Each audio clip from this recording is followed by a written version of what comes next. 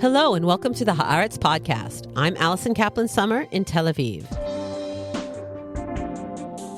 Israel is waiting on pins and needles as President Donald Trump's negotiating team sits down with the Iranians, something that will either result in a breakthrough nuclear agreement or a military conflict.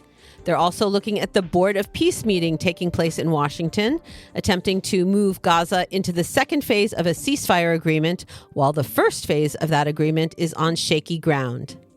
But in the meantime, violence and unrest broke out in Israel on another front entirely.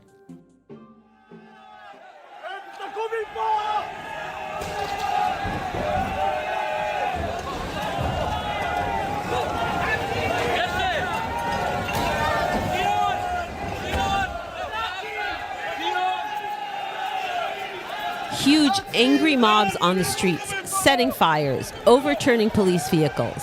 The police responding with stun grenades, debris, smoke everywhere, tens of arrests.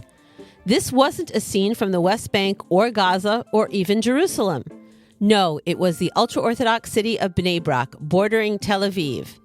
Unlike the ultra-Orthodox enclaves in Jerusalem and Beit Shemesh, such violent unrest is rare. What triggered it?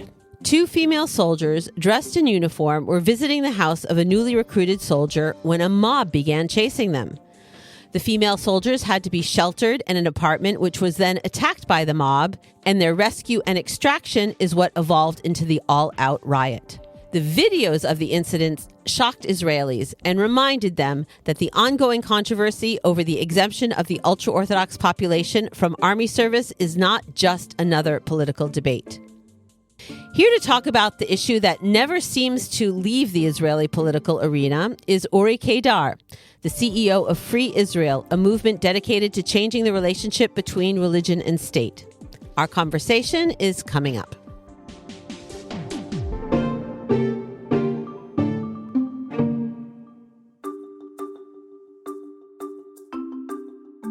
I'm Esther Solomon, Editor-in-Chief of Haaretz English. Around the world, the fight is on to preserve critical and independent media. Haaretz, Israel's oldest newspaper, upholds its long tradition of accurate, committed, and incisive journalism, refusing to bend its reporting to pressure from any government or leader. A digital subscription to Haaretz gives you up-to-the-minute news and analysis in English from journalists who live Israel's reality and are committed to covering the Middle East and its global repercussions. At the same time, your subscription supports the cause of a free press that holds the powerful to account in Israel and around the world. I invite you to become a subscriber to Haaretz now. Just go to Haaretz.com and use the code Haaretz10, that's Haaretz with the number 10, for 10% off an annual subscription.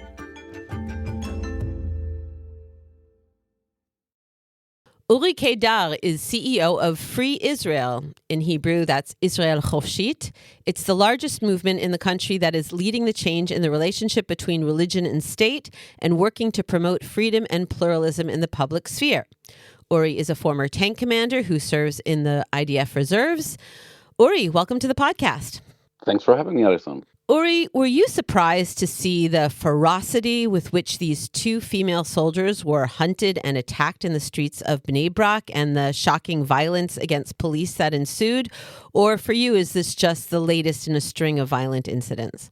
So unfortunately, I wasn't surprised, which is sad. We need to say it. I think that we're in a historic moment, which also has sad aspects. But no, I think, first of all, it's not the first violence occurrence we saw on those instances. And unfortunately, I think that what we're seeing is that something that will probably also won't be the last incident of sorts.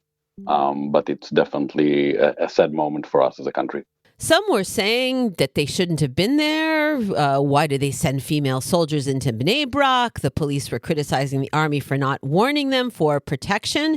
Is it just, something that we need to recognize, that there's some sort of autonomy in this ultra-Orthodox city, really in the heart of the country? That means that the IDF should decide that it's persona non grata there?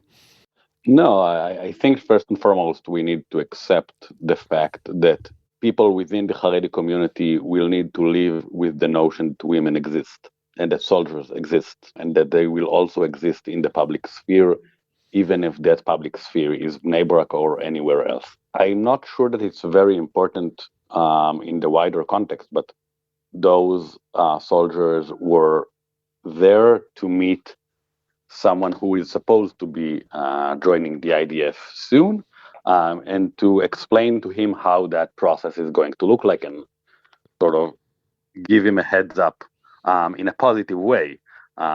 It's a coordinated meeting that happens all the time in the country. They are specifically part of sort of a welfare status unit organization within the army. And I think that the mere notion that we are having a discussion about who should have noted who about their existence in IDF uniform in a city in the middle of the country is first and foremost a disgrace.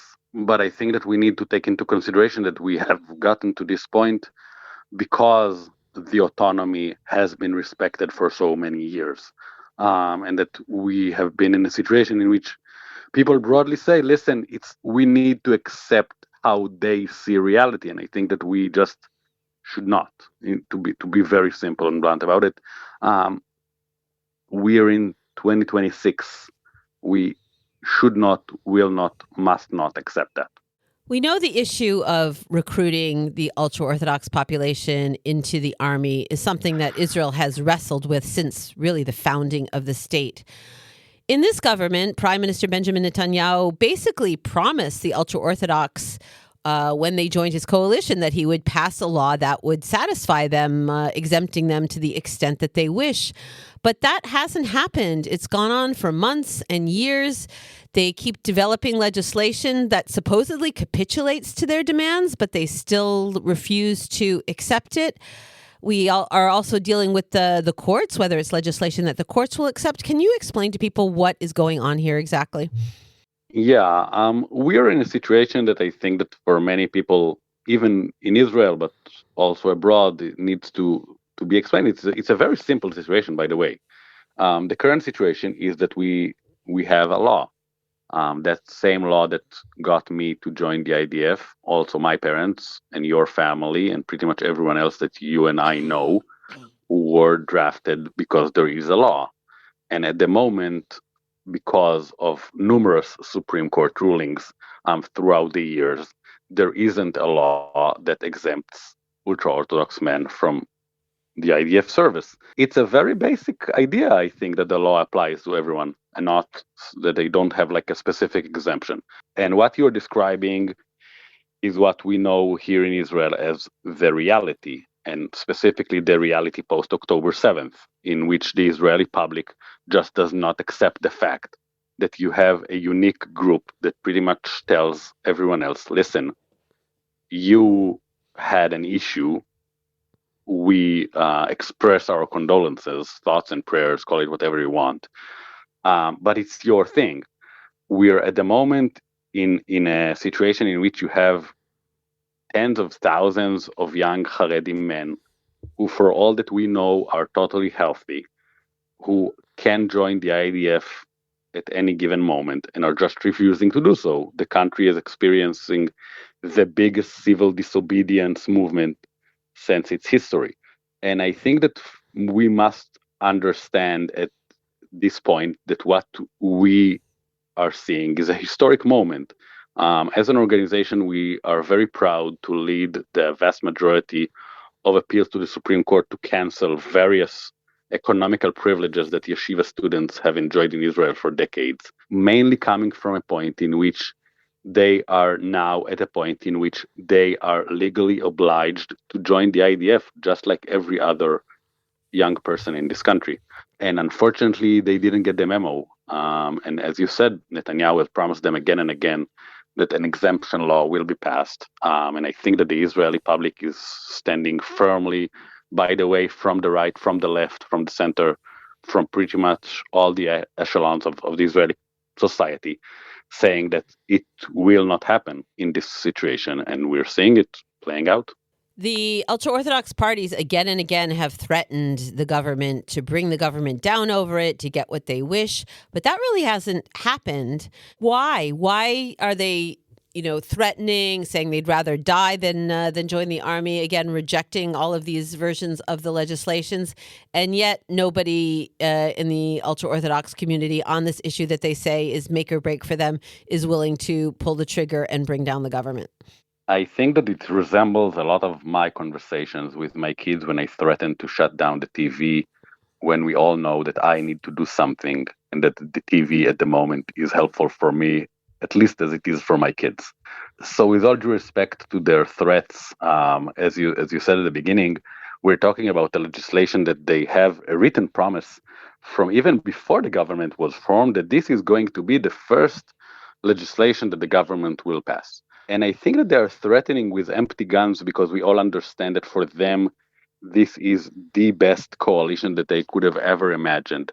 And that the budgets that were passed to the ultra-Orthodox system is unimaginably higher than anything else that they could have ever expected in the past, or that probably due to what is happening in our country for the last 2.5 years, they can expect in the future.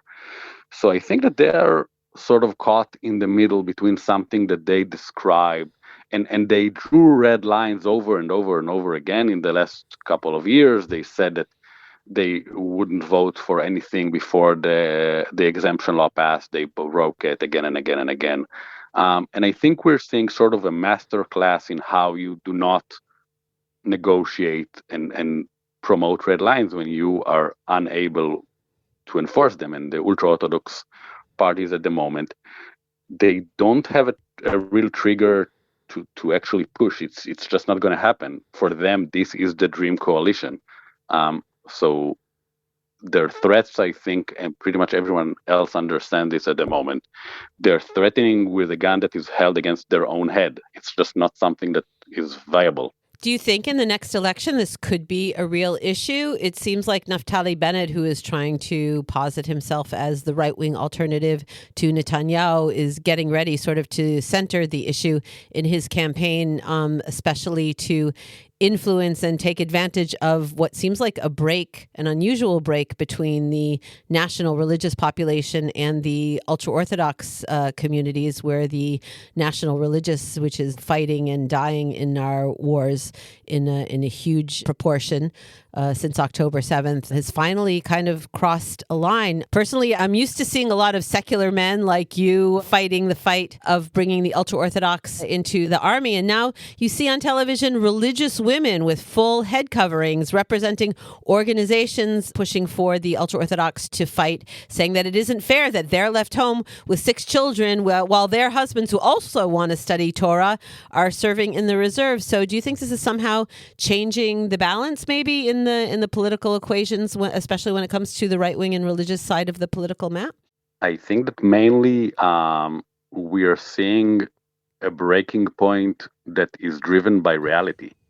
And the reality is that, as you described, like friends of mine who are serving with me in my unit are coming from all walks of Israeli life, from the Jewish side, from people who are not ultra-Orthodox.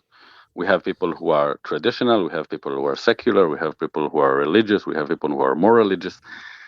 This is what our army looks like. And I think that in that sense, what the people you have described are showing the Israeli public is that, yes, this is, we usually hear a lot that people are describing things that it's not a left and right discussion, but this is probably almost the only discussion in Israel which is genuinely not a left and right discussion. And I believe that what we will see in the next elections is that we understand that this is sort of the pivot point for the Israeli political discussion at the moment, because we understand that for Netanyahu, the ultra-Orthodox parties are his only way to be in power, because they are the best political alternative that he could have ever imagined. But also it needs to be said, I think that Likud Jewish voters are the most diverse group of Jews in Israel. They are serving in the army, they are secular, they are religious, they're traditional, they are a lot of things. And I think that the main reason why the ultra-Orthodox are not getting their way is because they are still on an old page in the history book in which they do not understand that these places change and that a lot of their demands, both economically and the demand for total exemption, is just not something that the Israeli public is willing to actually discuss at the moment. And you said it at the beginning that it's a 70-year-old problem. It's right, but at a certain point, things blow up in your face and you understand that you just cannot continue to put it aside and let's see how it works. And that when the government is calling on people to have hundreds and hundreds of days of reserve service, and at the same time as they're saying, listen, we do want the young ultra-Orthodox men to recruit, but we need it's a process. Okay, I'm a big basketball fan, and we always say that when people are saying to you, you need to trust the process, you need to have your alerts high. It's not going to happen. So we just had enough, I think, as a society, and the political implications of that are potentially massive. Yeah, we say that things have changed since October 7th, and I don't think it's just the shortfall of soldiers and the extra reserve duty burdens, but I think October 7th maybe gave the issue an urgency that it didn't have before, and people are less willing to listen to, oh, let's do it slowly, gradually, and they'll get into the army. Is that right? I mean, you've been doing this a long time, so you can maybe give us some insight into the post-October 7th changes, but what I see mostly is a loss of patience. I totally agree, and I also think that mainly when people are telling you that this is a process, then generally, and I think you see it, by the way, around ultra-Orthodox related topics also, around joining the workforce, etc., the notion that it is a process and it needs to be dealt internally within the ultra-Orthodox society, they must not be pushed from the outside, everything is happening on its own pace. I think people are just they had enough with it, and mainly because it's just not happening. Like every indicator that you check shows that it's not happening. By the way, on the opposite side, you now see that because we were able to enforce more and more economical pressure on the draft dodgers, you have a huge jump, again, in percentages, not in numbers, in the numbers of young ultra-Orthodox men who did decide to join the army because they understand that otherwise a lot of their roads of life will be blocked. They are not able to actually continue along with their life because when the country is pushing, the country has a lot of power. So I think that, yeah, people are pretty much not accepting that old norm of, yeah, it will happen and we need to give it time. We don't have the time for that anymore.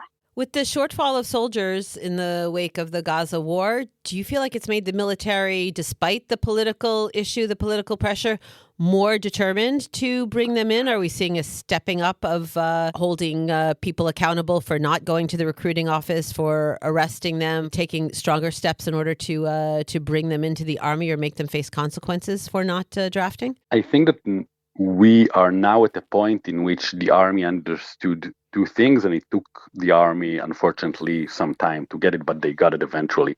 One is that we're not used to thinking about the army in this way, but the army has a base, a base in people's manners, like a political base, that it needs to take into consideration. And that base is the people who are serving and our families and our circles. In that way, the army just could not have stood in the position that it took initially, saying that they also believe that it needs to be a process. So the army is now saying we are able to draft pretty much any number of ultra-Orthodox men that we will be told to do, and we can do it very fast. So that's one thing. The other thing that, and again, unfortunately, wasn't an initiative by the army, but I think got to very good results, is that we are appealing it in front of the Supreme Court again and again and again. And I think that also when you need to actually answer a petition and you need to put it in writing and explain how come you're actually saying that you first are saying you must have more people available, etc., etc., and you also need to take the time to be ready to absorb ultra-Orthodox soldiers, etc., etc. So they understood that they can't hold the stick in two sides, and I think that both of those points made the army much more responsive, and in a way, much to be actually delivering some more pressure on those draft soldiers. There have been leaked recordings, right, of ultra-Orthodox leaders, rabbis, saying, yeah, let's let this legislation pass, even though we don't like it, because we know it's going to get appealed to the courts and it's going to take time. So we may not like the content of the legislation, but at least if it goes through, then we're going to be playing for time in the courts. Do you worry about kind of cooperating with that kind of manipulation and strategy by making such appeals? So I think that mainly, first of all, they're right. There will be very, very fast appeals. And I also think that the court has shown, by the way, in which, in this case, unlike a lot of other issues that are usually discussed in Israeli media, there isn't a huge gap, or there isn't a gap at all between conservative and liberal judges on the Supreme Court. The sort of beacon holder of the conservative judges, the deputy president, Judge Noam Solberg, is leading pretty much all the decisions in issues regarding the draft. He is national religious, his family is serving, he's saying it out loud. And I think that in that case, those rabbis are just embarrassed to understand and to expect the fact that this situation has changed. And with all due respect, we are not in Kansas anymore, and we just cannot accept the fact that they, for them, see themselves as totally exempt. We're getting closer to Passover, and we see it in the Haggadah, Rasha Ma'u Omer. We understand that if you are taking yourself, asking for an exemption for yourself in a moment when the entire society is showing up, then yeah, it will have severe social consequences. Women are moving into more and more roles in the army, including combat roles, and they've been crucial in fighting this war. Are you at all concerned about the conflicting push to bring more ultra-Orthodox into the army and the army's promises of making their environment comfortable for ultra-Orthodox soldiers by limiting the exposure and so limiting the freedom of female soldiers? So I think that first and foremost, the army just must not accept the notion that ultra-Orthodox people cannot be in a situation in which women exist. As we started this discussion, women exist. And I think that women soldiers, again, both in combat units and others, have proven to be a super significant part of the IDF force with all that it brings to the table. Just must not accept the fact that ultra-Orthodox men cannot, they're seeing it, asking for promises in which they will not see a woman while serving. They will see. It's just going to happen. And they will just need to accept the fact we're talking about close to 20% of the combat units now in which women are serving.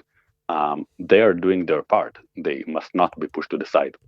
Uri, to wrap up, let's expand a little bit beyond the military issue, the bigger issue of the ultra-Orthodox population. Depending on which surveys and polls and measurements you look at, between 25 and 40 years from now, between a quarter to a third of the Israeli population will be Haredi or ultra-Orthodox, presumably won't study math, English, get advanced educations, won't, unless things change dramatically, serve in the army, won't necessarily have gainful employment and live off subsidies. If all this comes to pass, do you think this country is sustainable? And how do we fight demographics? They're having exponentially more children. So, how do you keep fighting? We shouldn't just resign ourselves to a more religious state where a secular minority is going to carry a disproportionate burden. I know that your organization is fighting the ultra-Orthodox takeover of certain cities in the country, but don't you kind of feel like you're postponing the inevitable? It's a little bit of a devil's advocate question. No, I understand. First of all, I don't fight demographics. I don't think that people are a problem. I think that policy is a problem. And I think that mainly what we understand is that, and I also think that mainly people who are in the politics business know that demographics are not destiny, unlike what people used to think. And people are people, and people are changing and are changeable. A lot of the policies that were maybe relevant, I think immoral, but maybe relevant regarding the ultra-Orthodox society when it was a small minority, just cannot stand anymore. And I think that mainly the government must not fund schools that are politically owned schools. I think probably most of the listeners don't understand that the system, the educational system for ultra-Orthodox minors in Israel is owned by the political parties and is segregated between Mizrahi, Sephardi people and Ashkenazi people. Those are just things that the country must not absorb. It cannot absorb a system that does not teach math or civics or English or anything around that. We need to change the idea of how this place handles groups within it, and we need to make sure that we do everything in our power to keep this place as a Jewish and democratic liberal country, because this is what the visionaries of Zionism wanted, and I think that they had a point, and I think that we will not be the Israel that we know if we will go to a place in which this is becoming a religious state. And I'm very optimistic because I think that the Israeli society is able to pivot itself in a lot of points. It's proven itself in the past. And I think that I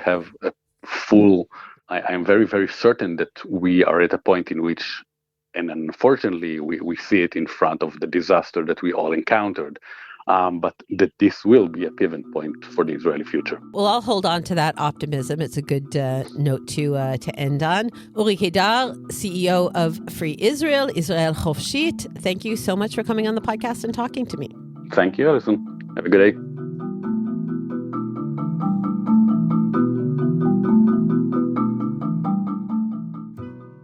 And that's it for this episode of the Haaretz Podcast. Thanks to my guest, Uri Keidar, and to producer and editor, Adi Shacham.